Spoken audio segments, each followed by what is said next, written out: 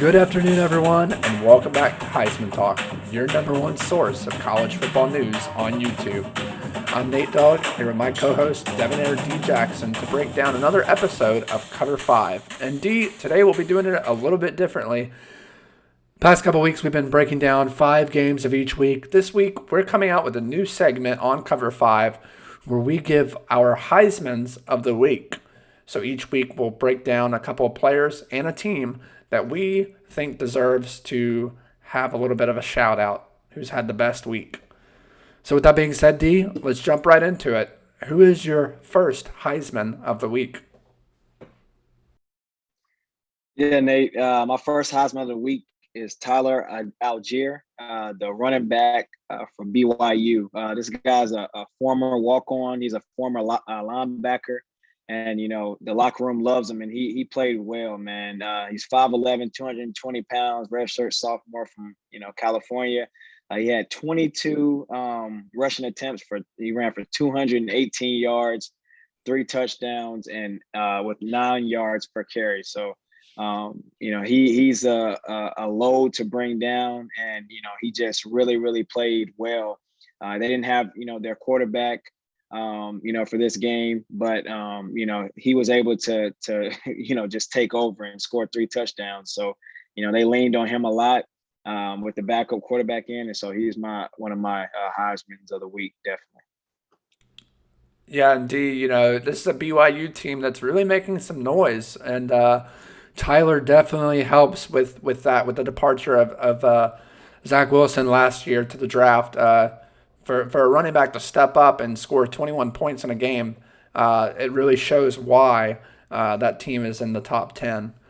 So, D, my first Heisman of the week is going to be none other than quarterback Bo Nix of the Auburn Tigers.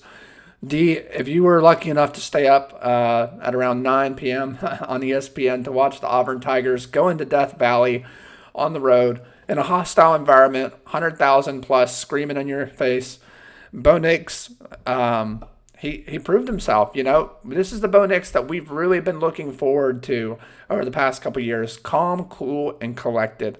And let me just share a few stats. He went 23 of 44, 255 yards and 1 touchdown. But the biggest thing was he used his feet. He finally started rushing the ball. He's gaining some confidence in himself to really, push himself over that hump to be a team leader. 74 yards on 12 carries and 1 touchdown. That's a difference maker, D. And, when your team sees you hustling like that, running around, making plays, there's a couple plays where he spun around and threw off some defenders and did a little bit of zigzagging like Johnny Manziel. That really fires up your team. It fires up the sideline, the coaches, and especially your offensive line. Some of my takeaways are he limited the turnovers. He limited impulsive plays that we've seen in the past. And, yeah, what a great performance by Bo Nix. And I'm not saying that he's going to do great against this Georgia defense on Saturday night, but a lot to look forward to for the Auburn Tigers, no doubt. Definitely, man. Bo Nix, he played really, really well, man. He was, like you said, he was looking like Johnny Manziel out there running around just making plays, man. He's always been a quarterback to make plays, and, we'll see how he comes out and plays against Georgia. But he had a very good game against LSU. Absolutely. So, D, with that being said, who is your number 2 Heisman of the week? My number 2 Heisman of the week, man. We talked about him last week in the game day pick'ems. It's Malik Willis, from the quarterback from Liberty. The guy, he was 13 for 19, 287 yards and 1 touchdown passing. And he added on, 144 yards rushing with 2 touchdowns on 15 carries. And, he's risen up the draft boards. A lot of draft analysts call him, their quarterback, number 1. And so, you can see why. He's a very explosive, quarterback, a very explosive athlete that can really throw the deep ball and pinpoint, passes. So, he played really, really well. UAB was a 3-point favorite coming into this game, and they won. Liberty won 36-12, and a lot of that was because of Malik Willis. So he's my second Heisman of the week, definitely. Yeah, indeed. Malik Willis is a guy that could potentially probably start on a lot of these Power Five schools, in the SEC, Big Ten. I mean, this kid's a gunslinger, and he proved himself in this game against UAB, no doubt. And he's proved himself all season. And I have no doubt that he'll continue to do so under Hugh Freeze, which is by far the perfect offense for Malik Willis. So, yeah, great pick, D. I know a lot of people are going to get frustrated with me picking a second quarterback for my Heisman of the week. I know a lot of people probably want me to venture out, but I couldn't pass this opportunity up. Quarterback Spencer Petras of the Iowa Hawkeyes. This is a team that has done a tremendous job on defense, forcing turnovers left and right. But one of the biggest question marks all season was, can they score points on offense?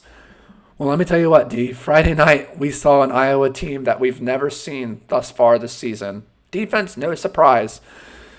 But my goodness, did they put up some points. They went in on the road to Maryland and beat the Terps 51-14. And Petras was a huge part of this, going 21 of 30, 259 yards, and 3 touchdowns.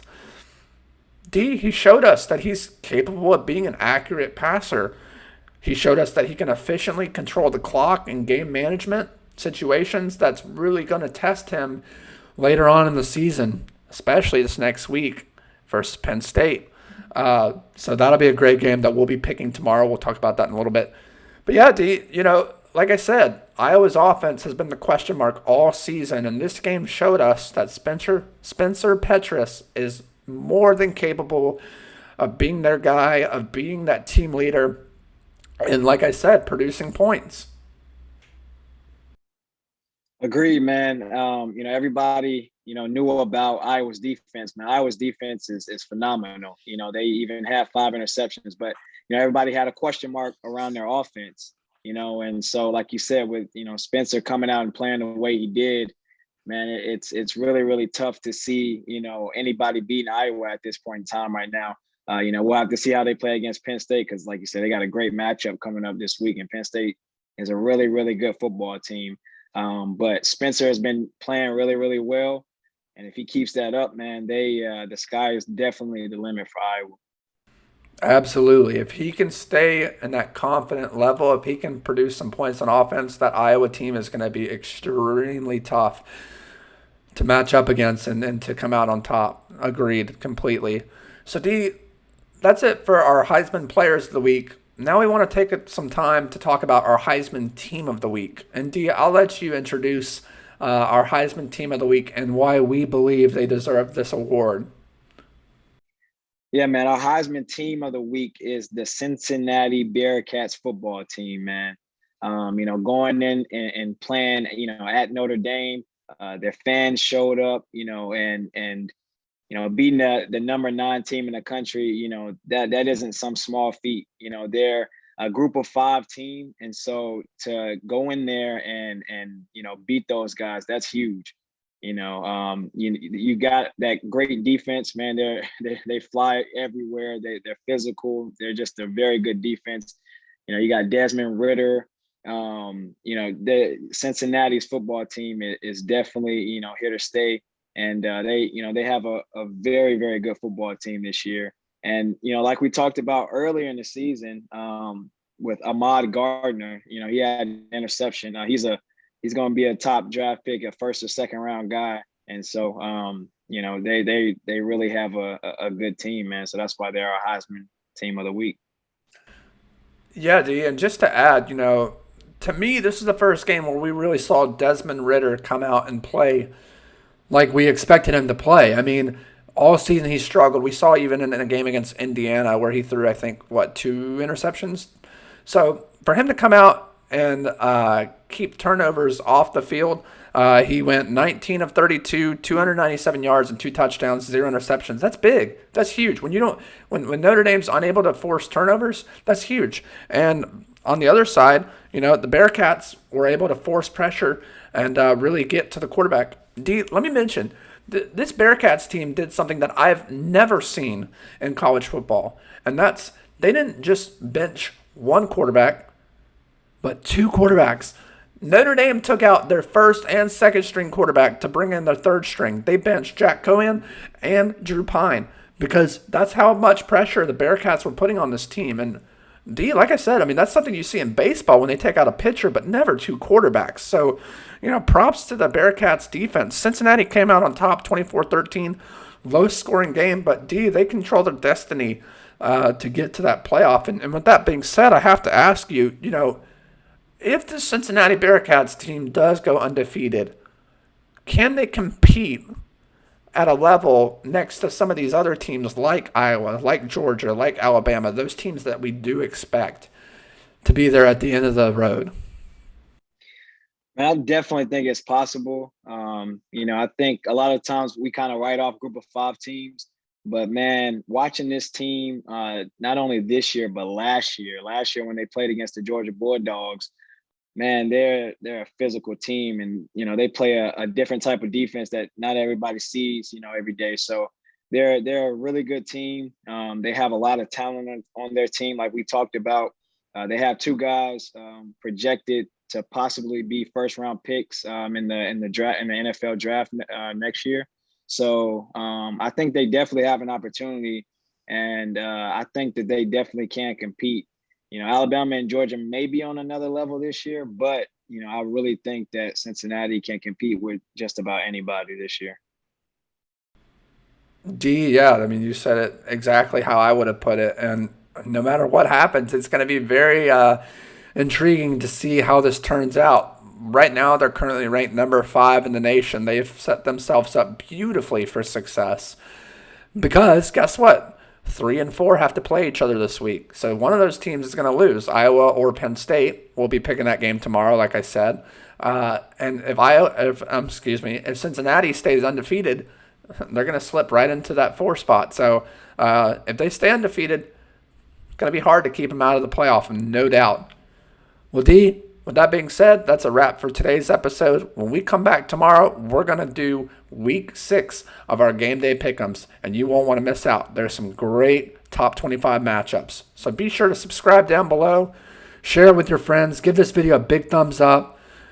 Make sure that bell notification is turned on so you can stay up to date when we post our latest videos. As always, stay safe out there. College football is here and here to stay. This is Nate Dogg and D signing off.